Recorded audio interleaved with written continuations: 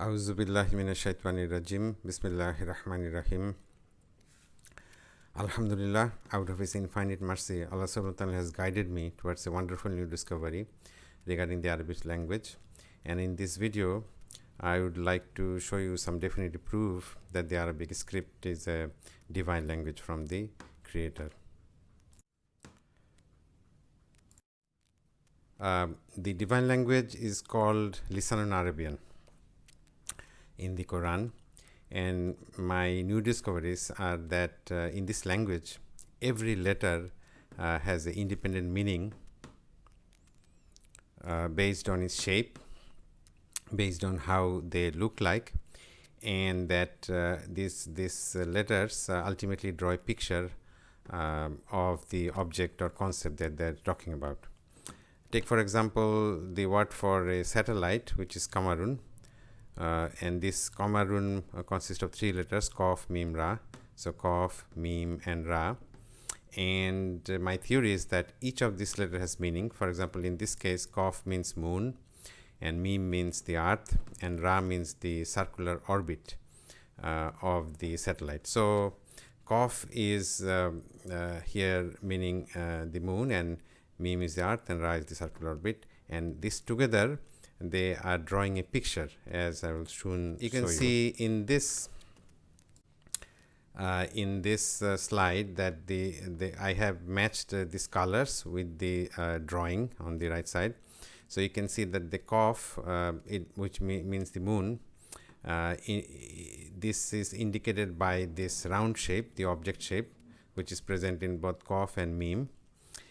And this matches with the moon. For example, this blue color is shown, the heavenly object of the moon, which is shown by this round object, and the heavenly object of the earth is shown by this round object shape of the beam. And Ra is the circular orbit going around, and the two dots of the calf indicates the second heavenly object. And interestingly, the whole calf also means the gravity, which I will explain more inshallah in future videos. So basically, qamarun is showing a picture. Please try to see this picture in these three letters. Now, the divine language has a word for everything. For the word meaning moon, there are several words. Moon in the sense of a satellite is qamarun, whereas in the sense of a full moon, it's badrun. And once again, according to my theory, this badrun would be a picture of a full moon. And how this is shown, I'm showing you here. The badrun is actually from this root letters ba, dal, and ra. And you can see I draw schematics here showing that this ba corresponds to the diameter of the circle. As you can see, the dot of the ba represents the circle center, and then the equal radii is shown by equal distances of the bar from the center. And then the dal indicates end point or a starting point, both, and then this is indicated by this gap between the dal and ra, that the diameter end of the circle. So this is indicating a full moon because it's showing that when the bar or the diameter has achieved the full length and at the end of the circle, it is a full moon. Similarly, we see in madarun, which means an orbit, you can see the heavenly body shape, or this round shape is present in the letter mim. But interestingly, in this case, in case of madarun, the mim is an additional letter to the root letters, because an orbit is something which is not physical. I mean, it's an abstract concept, and that's why the divine language very highly intelligently adds additional letters to indicate this fact. And also, you see, this madar is from the root letters dal, wa, ra, and in this root letter is related to revolving something. So yaduru means it revolves in the present tense, and dara means it revolved in the past tense. And you can see that the wa goes missing here. So this wa also contains the round object shape, or the heavenly object shape, which is missing in case of dara, and its mother, the waw, is also missing. And so this matches nicely with the fact that an orbit is an abstract concept, is physically not there.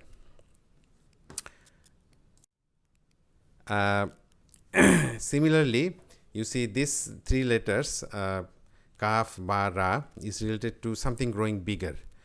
For example, kabir means big, as in an adjective, and kabura means to be big, as a verb, and qamarun means bigness, as a noun. So I show here, like similarly we see before, we can associate meanings to the individual letters, and in this case kaf means grows bigger, and ba means the diameter, we have seen this before, and ra means a circle. So you can see here the kaf means grows bigger, so if the diameter of a circle grows bigger, then the whole circle basically grows bigger, right? So grows bigger, diameter of the circle is related to the root letters kaf, ba, and ra. Now let's see why the letter kaf means grows bigger. You see, the kaf is written in such a way that there is a big kaf outside and a small kaf inside. So once again, I show you a bigger one, and the big kaf outside and the small kaf is inside. Now this small s-like thing is not actually an s, it is a small kaf, which is written when the kaf is in initial position like this. You see, the divine letters, when they're written in the initial, middle, or final, they change their shapes a little bit. So initially it's written like this, but both of these contain a 90-degree angle. You can see the 90-degree angle here of the kaf, and then there is a 90-degree angle here, 90-degree angle here, and this is showing, this is showing is this is a small kaf inside a bigger kaf. So this means the kaf can be like a small, so something getting smaller, or something getting bigger. So if the kaf is in the first position of the letter, as you see in kabir, it would mean something getting bigger. If the kaf is in the last position, as shown in this letter, these words, it would mean something getting smaller. For example, zalika, tilka, hunaka, and ulaika. In all of these words, you can see the meaning is such that it is something at a distance, or where things become smaller. You see, if you see a thing at a distance, then it appears that the object has become smaller, and that's what is shown here in the kaf as a perspective drawing. Okay, similarly, once you realize this fact that the divine language is basically showing you a picture of the concept, then you will appreciate how easy it is to really learn the divine language. You can learn so many words in such a short time, and you'll never forget it because it's a picture that's being depicted. Now I'm showing you this word called kasaba, kaf, sin, and ba, which has the meaning of gaining something. So here the kaf, we have already seen, if in the first position it means grows bigger, and then the sin, which looks like water waves, see, look like water waves, sin, and it's like a level, so you can see the level of the sin, and so the grows bigger, water level, and bar looks like a bar-like container. So you can imagine water level growing bigger in a bar-like container, so, and that would mean you have gained something. So see, in the divine language, the verbs are not exactly like verbs. I mean, it always incorporates the subject, and if the object is there, it will also be mentioned as pronouns. So it's written something like this: kasapta would means you gained in the past tense, and taksibu would means you gain in the present tense. So see, yata is used for the second person because two dots obviously means somebody whom you can see. So that's why the two dots are up, and this looks like two eyes, right, or a second person, right? And if the action is not complete, so see, in the divine language, you have to understand something, that things are not like present tense, past tense. It's whether an action is complete or incomplete. If the action is incomplete, then the additional letter, in this case ta, for meaning you in the masculine sense, is added before the first root letter. So taksibu would mean you gain, and kasabta would mean you gained, where the ta is added after the third root letter.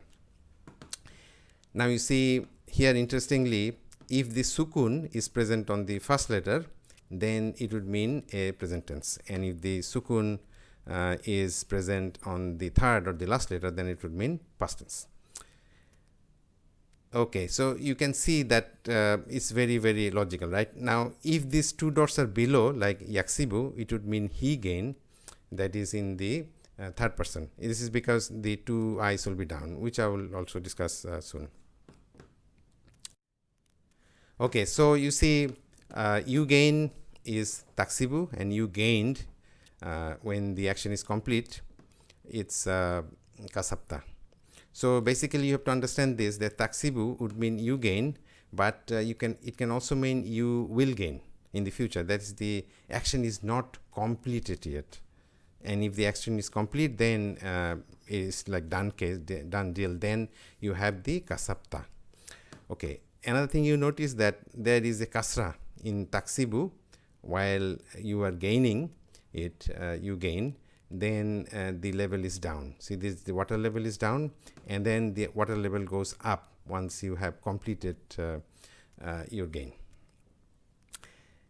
Okay, so very, very logical, you see. So ta means the second person, the sukun means the present tense, a level down in a container, and here this means the past tense.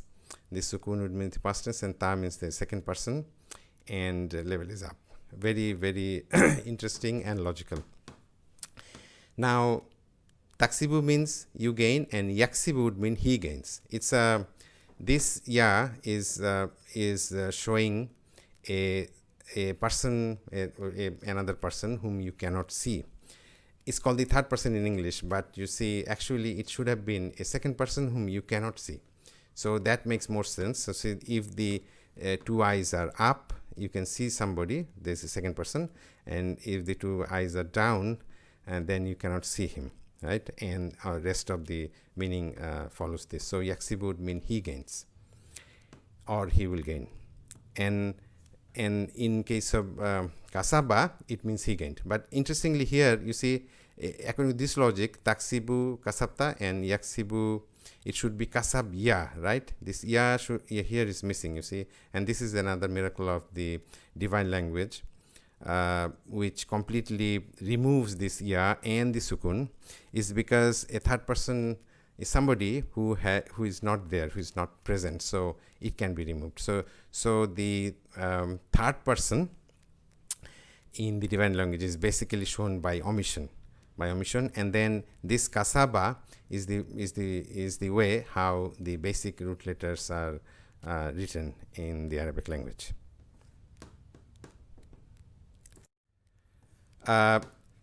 Similarly, the exact opposite of the meaning of to gain is to lose something, is yakhsiru, yakhsaru, and in the past tense khasira, right? When the action is complete. Now, interestingly, here you see, okay, let's first see the letter-wise meaning. So, kha means to take off something. You can see the sharp end of the kha, the sharp end, right, of the kha, which means to take off. Khala'a. Khala means to take off something. And then after taking off something, the level is down. The exact opposite. You see, in kasaba, when you gained, the level was up. Now, after completion of the taking of something, the level is down of a certain measure. Here, the ra is used rather than the ba of kasaba, because here now something is going down. You see, of a certain measure. Exactly certain measure. This is the starting point of the measure, and after it goes down, it's come down to here. Very logical. And you see, yakhsaru, the level was up before you lost something. Level was up and the level goes down. Exact opposite of kasaba. Very, very logical. And actually, it's written like this: yakhsaru khasira, and just to lose, right? So, but remember, This would, yakhsaru would mean he loses or he will lose, and khasira would mean he lost.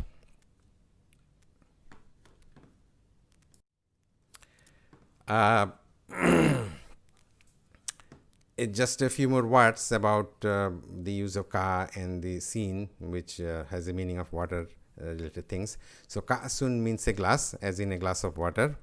This is like, say, when you fill out a glass of water with water, it shows the grows bigger. Now this alif represents a person and hamza represents the food, and this sukun on the second letter means it's not a verb. So we have seen if the sukun is present on the first letter, it can mean the present tense, and if the sukun is present on the third one, it can mean a past tense. And interestingly, if the sukun is present on the second one, then it would mean that this is not a verb. Sukun basically means absence, so this means it's not a verb. In this case, it's a noun. Okay, so kastun means a glass of water. Why hamza means food, I will explain inshallah in a future video, but suffice it for now to say that akala means to eat. So see, alif and kaf here is related to eating something, eating or drinking, well, taking something with your mouth, and you can see the hamza look like it's trying to grip something, like a mouth, eating something. Okay. In contrast to, you can see the sin related to the meaning of the water. In contrast to this one, the kub, in kubun, a cup, you see the sin is absent, the indication that it is used for water. It can be used for water or a liquid, but the intention here is to show something else. So here grows bigger, and then you have your wow-like handle, and then you have a bar-like container. Now, the main thing why this is used is wow can means here something, just something, that it contains something, but it's actually usually absent. But the one of the reason, the difference between a ka'sun and kubun would be in terms of the measurement that a cup can do. So primarily a glass of water is used for drinking water, but a cup can be used, but more importantly it can be used for as a measure of things because of this kaf.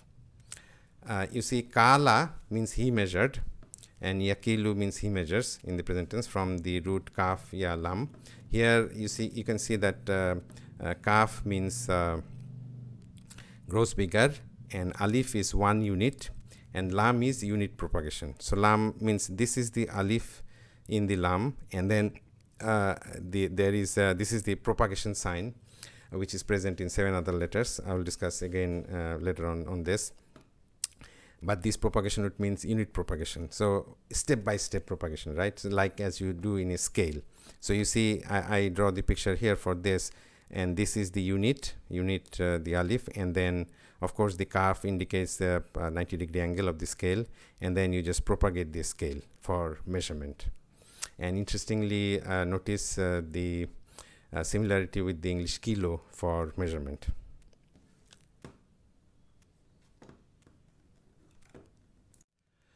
Okay, I just a few more words, and then I'm going to finish this presentation. Yarsubu and rasaba. This has a meaning of failing something. So yarsubu means he fails, and rasaba means he failed. Here you see the level doesn't really go down or up.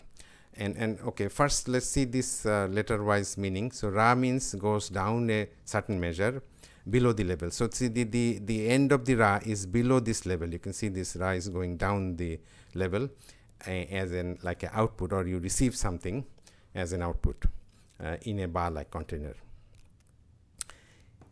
And interestingly, here in the present tense there is a dhamma on the second letter, which has a meaning of is worked upon. So basically a level is worked upon by somebody like your teacher, who decides which marks you can obtain for failure or success, right? And so failure or pass. Now you see, so this would mean is worked upon. So level is worked upon, and the level remains the same, but you get a measure below that level, and then you fail the exam. So this fail, remember, Arabic has many words for the same concepts, and each one is related to particular situation. In this case, fail would be related to something like failing in an exam. Okay, rasaha yarsuku, this means something is deeply rooted. So here you can see the ra-like root going down the level of the ground, and then khala, detaching something or bringing up something outside. Outside means kharij, outside the water. So here the water is there and it's bringing out the water. The dot on the kha is showing that it is bringing out from the deeply rooted. So a deeply rooted means that the tree has very deep roots which can bring out water successfully. And yarsukus means water is worked upon, right? Very nicely shown, the picture. So in this video, I have shown you that the divine language draws a picture of the object or concept, but in fact it's the other way around. That is, everything in this universe, every object or concept were created according to the shape of the divine letters. And for more information, you can see my book, The Astonishing Language of the Creator, which is available from Google Books. And you can see all these words that I have written here. Please try to see the meaning. You have to see the meaning, right? This is very important to learn the divine language, that you are able to see. And this is my new finding. And I'm Dr. Nurul Kabir. I have an MBBS medical degree and a PhD from Naga University, and postdoctoral, a very long one, in Yale University, USA. And currently I'm working in neuroscience. Inshallah, I will be making more videos like this in the future.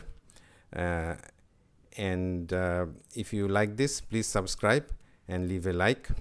And see you next time. Allah Hafiz.